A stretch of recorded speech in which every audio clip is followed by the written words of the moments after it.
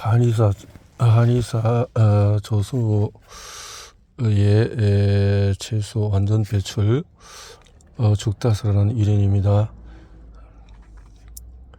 경영학과를 졸업하고 은행에서 첫 사회생활 돈을 맞으다 보니 돈이 탐났고 정신없이 살다가 병원을 찾았고 그래서 약대 한의학과에 진학해서 온갖 질병에 관한 공부를 했고 많은 책을 읽은 후에 병원과 약물로는 비만과 질병치료가 불가능한 마음을 깨달았다. 그렇군요. 그래서 한약 전문 약국을 경영하고 있는 분인데 건강 분야 40주 연속 1위 베스트셀러를 했군요. 아유 대단합니다. 완전 배출. 나도 지금 배출 기간인가 봐요. 지금 배출이라는 것은 다양한 우리 열반은 또 여러 가지 반응들을 통해서 배출을 하여튼 우리 인체에 땀구멍 또 모든 구멍을 통해서 빠져나갈 수 있는 것이 다 배출이라고 볼 수 있겠죠. 자, 제자서문에서 해봤어? 갈등이라는 단어가 있습니다. 여기서 칠갈자이고 등으로 휘어진다. 등자 오른쪽으로 휘어지는 칡나무와 왼쪽으로 휘어지는 등나무가 서로 부둥켜 안은 상태. 이러지도 저러지도 못하여 고인 상태가 갈등. 그래서 칡나무 칡갈자고 등나무 등자구나. 갈등. 제가 산 음식 채소와 과일만 부지런히 먹어서 몸속의 노폐물을 완전히 배출하면 다이어트도 당뇨도 고혈압도 필요없다고 주장하면 많은 분이 갈등을 겪게 됩니다. 갈등. 1950년 한겨울 정조영 회장 사무실로 전화 한 통이 걸려왔습니다. 해봤어? 네. 그래, 그대는 한번 해봤어? 그래서 공법의 건축사도 공법이 해봤어 하는 거죠. 안녕하십니까. 유엔 군사령부입니다. 이번 각국 대표들이 부산의 유엔 묘지를 방문하는데 묘지가 완전히 황폐한 상태입니다. 혹시 묘지에 푸른 잔디를 깔아줄 수 있겠습니까? 하지만 때는 겨울인지라 잔디는 그냥 푸른 포기도 없던 시기였습니다. 정조희 회장은 깊은 고민에 빠졌습니다. 황폐화된 묘지를 각국에서 온 주요 인사들에게 보여줄 수는 없었기 때문입니다. 초등학교 졸업이 전부인 정조희 회장은 대학을 나온 똑똑한 간부들을 소집해서 회의에 진행했습니다. 갑론을박을 벌였으나 결론이 나지 않았습니다. 회장님, 아무래도 힘들 것 같습니다. 서양의 겨울들판을 바라보며 생각에 잠겼습니다. 어떻게 해야 할까? 잔디도 없는데 잔디 꼭 잔디여야 하나? 부르기만 하면 괜찮지 않을까?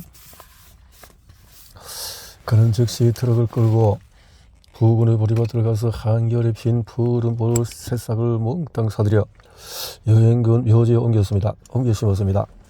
한겨울 푸른 밭에서 각국의 인사들은 호국 영령들을 추모할 수 있었습니다. 여행군 사령부의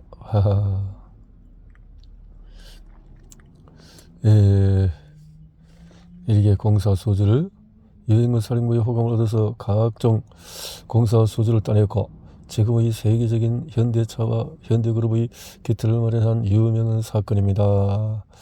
우리가 똑같은 문제에 부딪히면 어땠을까요?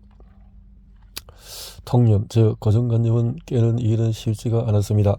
모든 선풍기 회사들이 어떻게 난리를 달면은 더 시원한 선풍기가 될까 연구를 했습니다. 다이슨 선풍기에 꼭 날개 있으면 할까? 스스로에게 질문을 던져봤습니다.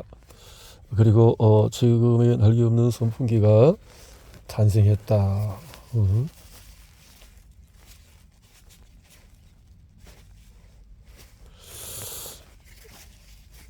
그리고 통념을 통해서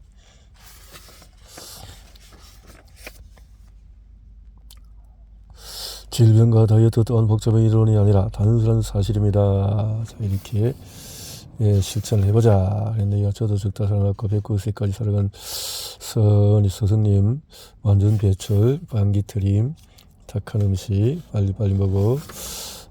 고기우유, 몸이 좋다는 영양제는 첨가 무 몸속에 쓰레기 배출할 때 저도 죽다스라는 1인입니다. 근데요, 10년 동안 아직도 177cm에 62kg 병원 근처에도 가본 적이 없습니다. 60, 70, 나랑 비슷하니. 저는 원래 한약사가 꿈은 아니었습니다. 20대 때 첫 직장인 은행을 시작할 때 정말 열심히 영업을 했고 등등 이렇게 했는데 마른 편이었고, 그래 어느 날 심장이 쥐어짜는 통증을 느끼고 병원을 찾아가자 의사는 심장 혈관이 막혀가는 관성동맥질환 초기 증세라고 했습니다. 관성동맥은 심장 근육에 혈액을 공급하는 혈액입니다. 심장으로 들어가는 혈관이 좁아져서 결국에 막히는 것이 관성동맥 질환입니다. 일종의 동맥경화였습니다. 나중에 공부하면서 알게 된 것인데 이 심장병 중에서 30%가 증세도 없이 사망하는 돌연스러운 사실이었습니다. 그러니까 3명 중에서 1명은 자기가 무슨 병인지도 모르고 갑자기 사망한다는 것입니다. 그래요. 이게 이렇게 동맥경화인데 관상동맥경화 사망 무시무시한 심장병이다.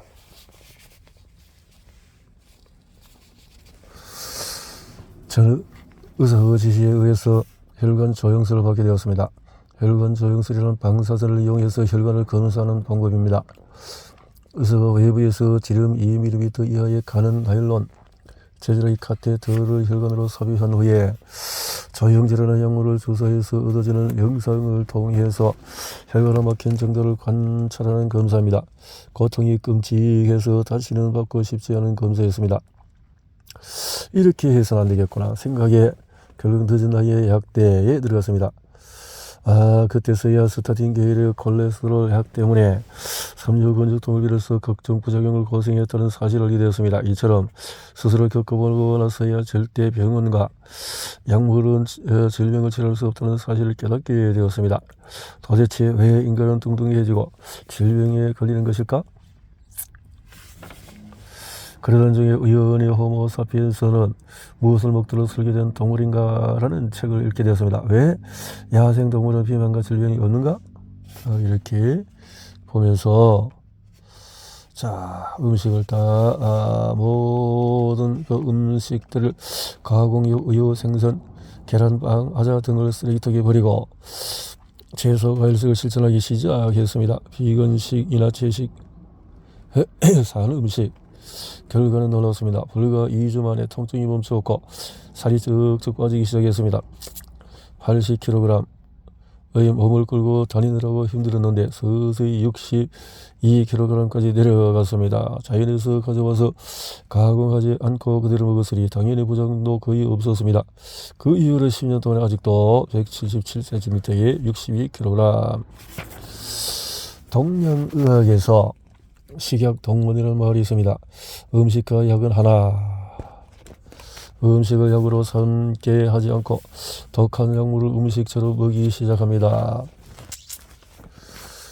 저는 이 의사들의 의료 시스템을 탓하지는 않겠습니다.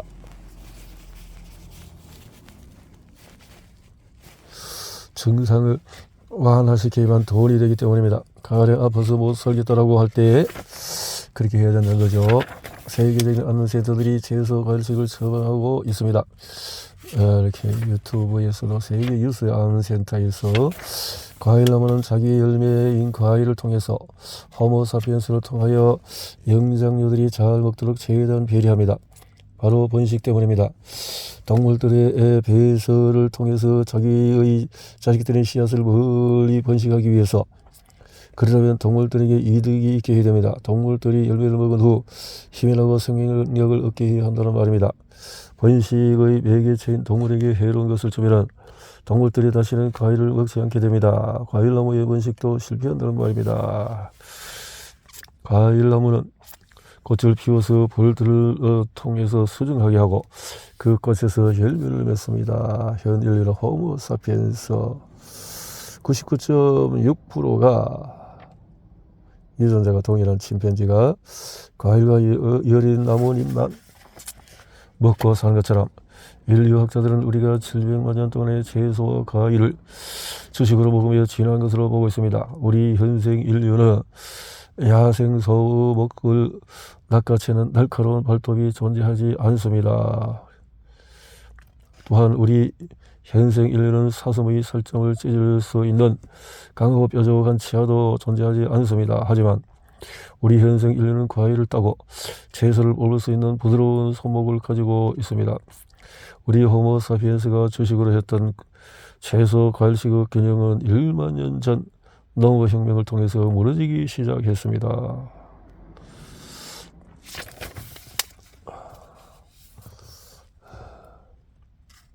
초기 호모사피엔스의 것보다 훨씬 성능이 좋은 무기를 가지고 있는 현대 수렵 채집인에 대한 연구에서도 한 가족에게 필요한 일량의 대부분은 여성이 채집해오는 식물을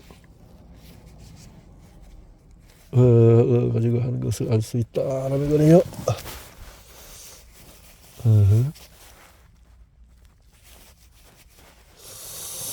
자, 네. 농업이 시작된 1만 년 전에 우리 호모사피엔스의 조상들은 창과 칼을 들고 사냥하는 동물이 아니라 어쩌다가 고기를 먹을 뿐 약삭 빠른 침팬지에 불과했다는 말입니다. 채식을 해라 이 말이죠. 나님의 산모가 아이를 낳고, 자, 저는 한약국을 운영 중인 한약사입니다.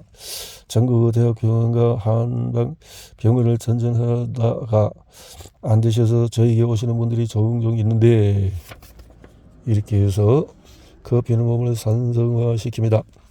커피 잔등에 발암물질 경공을 붙여야 한다고 판결을 했습니다. 2018년. 한 잔 이상 먹지 말라고 했고요.